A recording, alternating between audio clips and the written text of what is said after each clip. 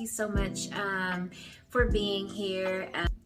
I feel like now, after the first two videos, like my nervousness is kind of dying down. So I just wanted to say again, thank you so much for being here, listening to my story. And first and foremost, let me just say, if this is your first time here, welcome. This is my channel, Call Me Yours, and here I am talking about my husband and myself's journey through infertility, and how that story panned out for us. And then also, if this is not your first time here and you have been here before, welcome back.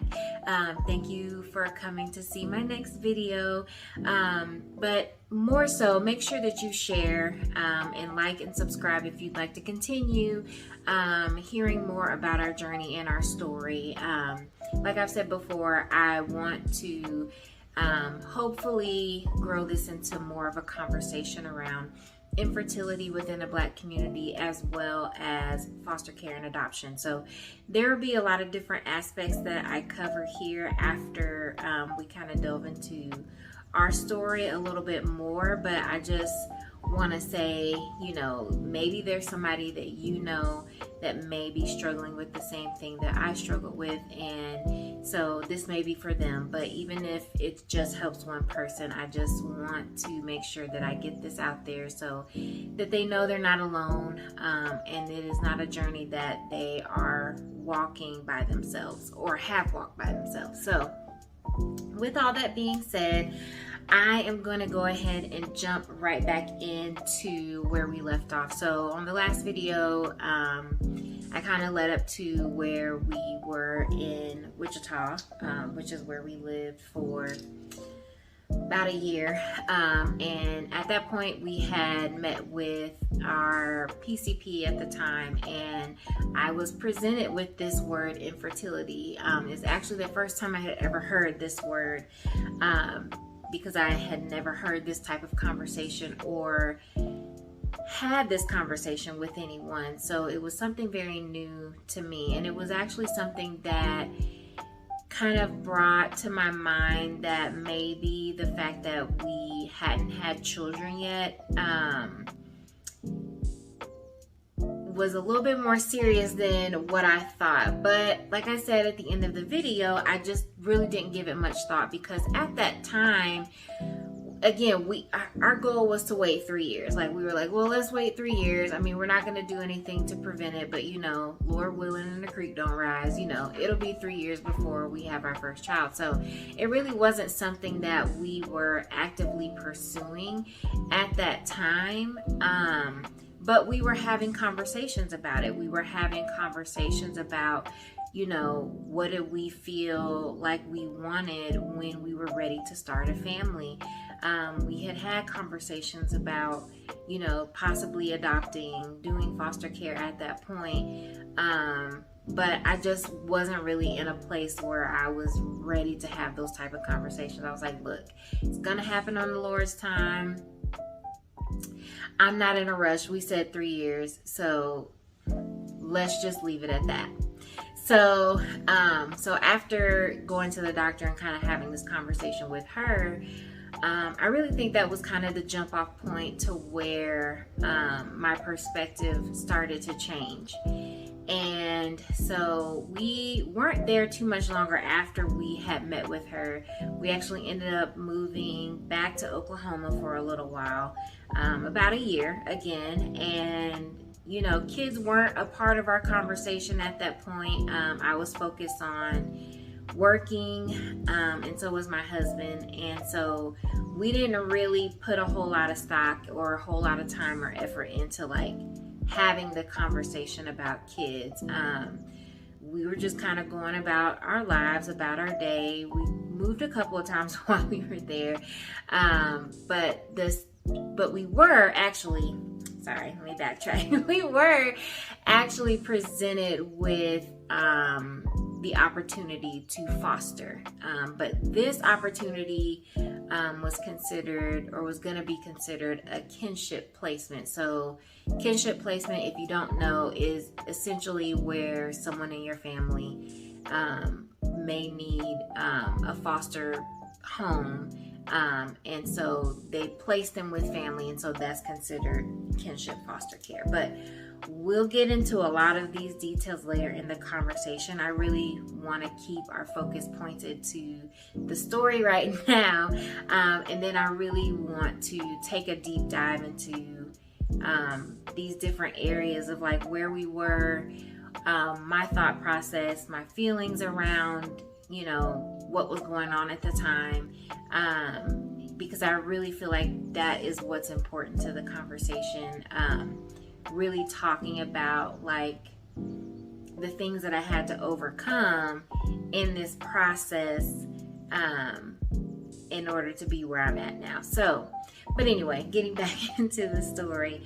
So yeah, we were presented with the option to do kinship foster placement, and we were open to it. We're like, okay, fine, cool, we'll do it. So we ended up moving from where we were at to a new apartment, and then it ended up not panning out. So we were like, okay, well, you know, well now, I mean, we're at least somewhere where we're comfortable, it's affordable, so we don't really have to worry or be concerned. But then we kind of switched gears, because our goal at one point was to be in Oklahoma for a while, but then my husband really started feeling like, you know, the Lord was wanting him to go to seminary, and, you know, he just really wasn't at peace with where he was at in his career, where we were in life, and so we had to have a conversation, and at that point in time, we decided to move back home closer to family. So, which there actually was a seminary that he was looking into going to at that point in time. And so we literally packed all our stuff up, cut our lease short, and moved back home to family. And so, or moved closer to family. And so from that point, you know, I had to stop working, so I didn't have a job. He was kind of in transition with his job, and was trying to find something that was still connected to what he was doing, but not doing exactly what he was doing. And so, you know, in that transition process, like, we stayed with our parents for a little while, and but we're like, I think like 26, 27 at this point in time. I'm trying to remember, but it's been a while.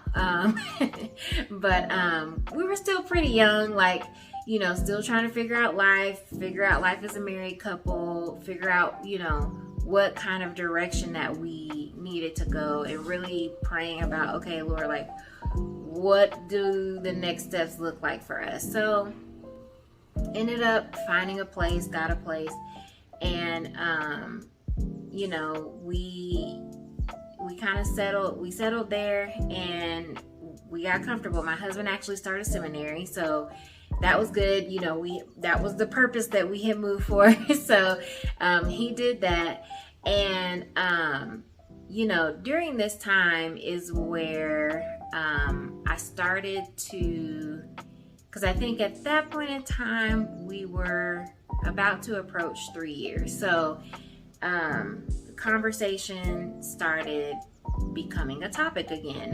The conversation of having kids started becoming a topic again. And again, like I said a couple of times already, like, we weren't doing anything to prevent it. So at this point I was like, all right, so we're almost to the three-year mark. This hasn't happened. It's time that we really start taking this serious. Because while we were in Oklahoma, just to backtrack a little bit, while we were in Oklahoma, I did establish a doctor there and had a conversation with her about it. But it was one of those type of things where it was just like a really condescending conversation. I wasn't really given a lot of information. My husband had went to the doctor as well, and so we kind of explored some things just to see, like, is anything wrong? Is anything going on? But we really didn't get anywhere with that at that time. And so when we got to, you know, our next place,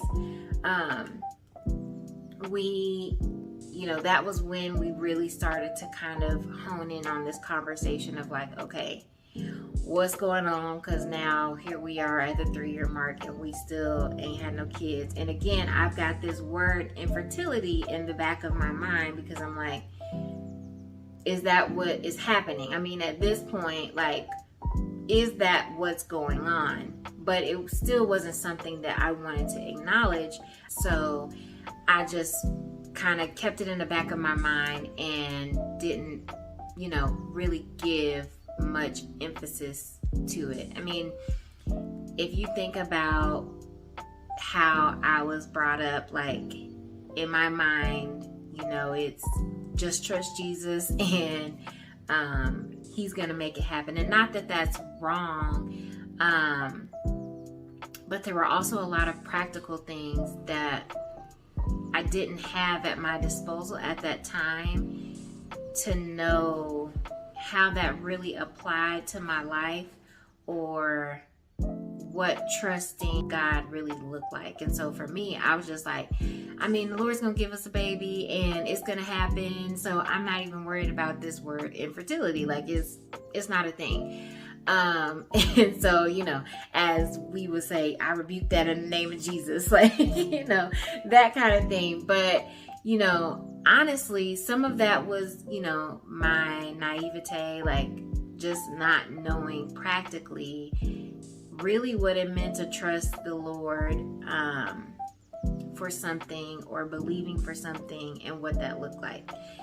So, at this time, like, now that we're back closer to our family, my husband found a job. I had found a couple of jobs. I was doing 2 jobs at the same time, because it was just really hard to find something that I wanted to do. So he had to work 2 part-time jobs. He had a full-time job. And at this time, he was also in seminary. And so we decided, hey, well, since we've done kinship, or we were presented with this idea to do kinship placement, let's go ahead and look into foster care. So we started taking the training classes, and probably about a few weeks into it, because the organization we were working with at the time, and like I said, we're like 26, 27 at this point in time, so we're still fairly young. And the organization that we were doing our training with, they have a lot of youth that are older teens, older kids. And so about halfway through it, I got really intimidated. I was just like, I don't think I'm at the point in my life where I can parent a teenager, or I can parent an 11 or 12-year-old, because I'm just now getting to the point where I'm somewhat figuring out things. So I just don't even know that I am in the space to really provide that type of support that would be needed. And so, we had a conversation about it, myself and my husband, and we decided, okay, well, let's just table this for now. It's probably not the right time. And so I was like, okay, cool. So what about this baby though? so like I said, after having the conversation with the initial doctor, I really think it really changed my perspective, because now, since I have this thought in the back of my mind, like, there's a possibility this could not happen, I felt more of a pressure for it to happen. Even though I didn't want to acknowledge it, like, I felt more of a pressure for it to happen, because I was like, well, God says, tell him the desires of your heart and all of this, and this is what I desire, so I just don't see why it wouldn't happen. So why would I acknowledge the fact that this won't happen if I trust and believe that the Lord is going to make it happen? And so my husband was still like, I mean, it'll come when it's time to come, but let's go ahead and start trying. And so maybe a few months after we stopped going to the foster care classes, I had established a doctor and started having the conversation with her about what our experience had been so far. And so at that point in time, she told us that, hey, well, there are a few options that we can explore from the beginning. to see if they work. Because even though you may be struggling, since you haven't tried anything, let's try something before we kind of jump into something more serious or more invasive. And so we were like, okay, cool. So she prescribed me with a medicine called Clomid. And so what it's supposed to do, I believe it's supposed to increase your egg production, but it's just supposed to help in, conceiving. And so we're like, okay, cool, we'll try this and we'll take this and we'll see how it pans out. Now, a little bit of background about me. I am super sensitive to medication. Like if something new is in my body, I don't react well to medication. And not that I'm like breaking out in hives or anything like that, but it's just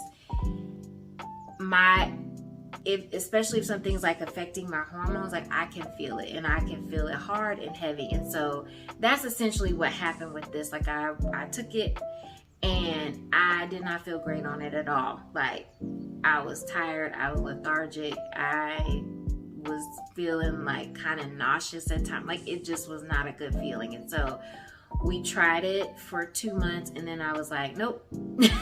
I'm done with this. Because honestly, I just didn't feel like I should have to try. Like I was just like, this should just be happening. Like that's how these things work. Like this should just be happening. But it wasn't. And at that point, after trying that, I think is when I really started to get frustrated. So that will take us into our next video. And I'll start, telling you more of the story from there. Because like I said, I don't want to make these videos too long and ramble on and on and on. But, I just kind of want to give you little snippets of our story leading up to where we are now. And then really... And tell me if y'all think this is a good idea or if this is okay with you. But my thought process is to kind of backtrack and really walk through the emotions, the feelings, everything that I was feeling in each of these moments and each of these instances to really give you a deeper understanding of like how this journey really helped me. And that was by the grace of God. Like it wasn't something that I did on my own. It wasn't something I came to on my own. But it also just really grew me and grew my understanding of how the Lord works in my life, and really gave me what I needed to be who I am now. And so that's my plan. But if you want me to kind of go into all of that stuff now, the next video I'll kind of backtrack and say some of that from the start to finish. And if you feel like, hey, your videos could be longer, say that too. I can make them longer. I know me, I have a short attention span. So once people start talking, I'll be like, okay, yeah, I'm out here. So so y'all let me know in the comments. But like I said, that will take us into our next video. And my goal is, what I am setting as my goal now is to post once a week. So you should start seeing more content from me moving forward. And from there, it may become more frequent. It just depends on, how I feel the Lord is leading me to do this. But guys, I don't have a plan. I'm not out here content creator of the year. I'm new to this whole thing. And so a lot of it, I'm figuring it out as I go. And so I just appreciate you guys being here, you guys listening, you taking the time to really hear my videos and comment and respond and all of that. So I really appreciate it. It's definitely continuing to give me the courage that I need to keep going and to really share this journey with you guys. So with all that being said, I hope you guys have a great day, and I'll see you on the next video. Bye.